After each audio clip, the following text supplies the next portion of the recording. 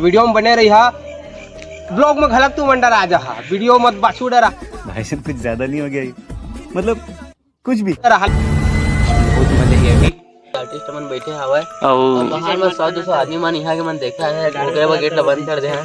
ये देखा तू काला बारी मारा ए तू देखे सच बोल, एक क्लिप ला काट दे भैया। हां भाई क्या देखना पड़ रहा है, अच्छा है मैं अंधा हूँ।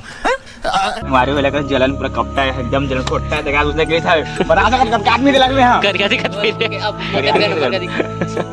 तो देखा संगवारी हम कभी झूठ नहीं बोला संगवारी हो, लेकिन आज लवारी मारा तो चीटिंग करता है तू, चीटिंग करता है तू। कहना क्या चाहते हो? हमारे देखा था बहुत कच्चा से तैयार हो गया, बहुत दिन के नींद में सूते अभी। कमेंट में बता काकर मेकअप ज्यादा अच्छा लगा थे, सुरेन वर्सेस